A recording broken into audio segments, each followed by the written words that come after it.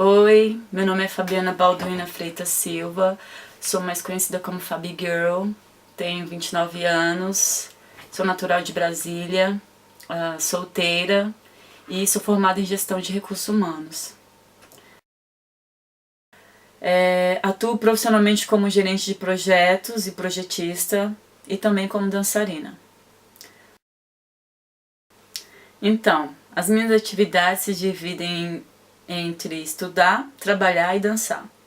Dentro dos estudos, eu cultivo o hábito da leitura e escrever, que são grandes paixões além da dança.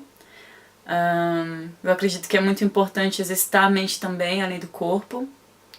No trabalho, eu costumo buscar informações e me atualizar mais sobre projetos e editais que geralmente são lançados pelo governo ou empresas privadas.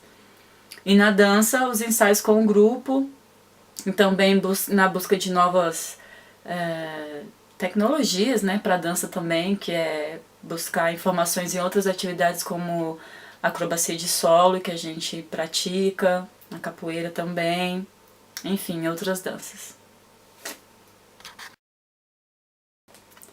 Então, antes de começar com a dança, eu era atleta, eu jogava futebol, e antes do futebol eu fiz várias outras modalidades esportivas. Então eu sempre tive muita facilidade e interesse por atividades físicas. Quando meu amigo Alex me fez o convite para ir na ONG Ação Esperança conhecer as aulas de dança que estavam acontecendo, eu fiquei meio assim, fui assistir a primeira vez, na segunda vez eu já tentei pegar alguns passinhos e, na verdade, o interesse maior surgiu quando eu percebi que eu tinha mais possibilidade de criar que eu não tinha no esporte. É claro que o esporte, a dança tem, o break em si tem toda uma parte muito parecida, que é mecanizada, mas na dança eu tenho a possibilidade de criar, de ser livre, trabalhar com a música. A música mexe muito com a gente nessas horas e no esporte eu não tinha todas essas possibilidades. Basicamente assim que nasceu esse meu interesse pela dança. Já o ensino ele veio com a necessidade com a falta do que eu não tive, né? De alguém para me ensinar detalhadamente os passos, não só detalhadamente, mas que tivesse a paciência de vir e me ensinar os passos. Então eu comecei a pensar, bem, se eu fosse ensinar alguém a dançar, como que eu ensinaria alguém a dançar, né? E basicamente esse interesse pelo ensino nasceu daí, daquilo que eu não tive. Eu senti a necessidade de passar para as pessoas e tentar ensinar da melhor forma. Eu comecei a dar aulas bem cedo, um ano depois que eu comecei a dançar, na cidade satélite do Paranoá, no projeto chamado Picasso Não Pichava do governo. Mais tarde eu aprimorei a minha metodologia de ensino na ONG Ação Esperança, na cidade satélite do Vale do Amanhecer. Ministro aulas de dança há 10 anos. Não, nós não temos nenhum apoio, exceto quando a gente aprova algum projeto a nível federal ou distrital, e também as parcerias que temos com algumas ONGs. E como que se dá essa parceria? A gente aprova um projeto, a ONG cede o espaço e esse projeto é executado na instituição. O desenvolvimento do meu método de ensino deu-se a partir do momento em que eu me vi como aluna. Eu entrava na sala de aula e eu não me colocava como professora, né? Eu tive que me colocar como aluna. Como que eu posso aprender algo e como eu posso ensinar algo passo a passo e que não seja tão complexo e que eu possa executar aquilo, né?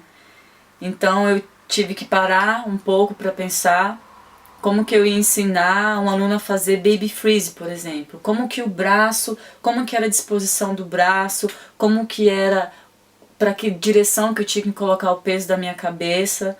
E assim eu fui percebendo um pouco e detalhadamente como que o corpo funcionava. Logo depois disso eu percebi que se eu juntasse a minha experiência que eu tinha no esporte com a dança, eu poderia melhorar essa metodologia. Como? Através da mecanização e da repetição do movimento. Então não era só mais fazer o movimento passo a passo, mas sim repetir esse movimento. E a minha metodologia de ensino ela se resume basicamente nisso. Além, é claro, da possibilidade que você tem de criar e desenvolver o movimento também, colocar a sua criatividade, a criatividade do aluno ou da aluna naquele movimento. A minha relação aluno e professor é dividido de duas formas, profissional e pessoal. A parte profissional, ela consiste em organizar as aulas, estipular metas, horários, fazer chamada, etc. Já a pessoal é ligada ao exemplo que eu sou para os alunos, né? É muito importante para mim ter não só a minha fala, como as minhas ações bem amarradas, porque, por exemplo, se eu falo sobre disciplina e chegar no horário, na aula, e eu chego atrasada, o aluno vai ter aquilo como exemplo, né? A aluna vai ter aquilo como exemplo. Então, a minha relação é essa, além de brincar muito nas aulas. Bem, se eu percebo que os meus alunos estão competindo entre si, eu vou fazer com que eles pensem um pouco o porquê dessa competição, né? A gente vai sentar, vai conversar, ou através mesmo da aula em si, eu vou jogar perguntas e tentar extrair ao máximo deles o porquê disso, né? E fazer com que eles pensem também a respeito disso, não só alimentar essa vontade de ser o melhor, enfim. Agora, se a gente tem uma competição prevista, aí eu vou treiná-los e fazer com que eles tentem superar os seus limites, né? Tentem superar os seus medos e tentem ser os melhores na hora da competição. Então, como se faz? O trabalho vai ser todo voltado para trabalhar as partes fracas e manter a parte forte, para que na hora da competição a gente obtenha o melhor resultado.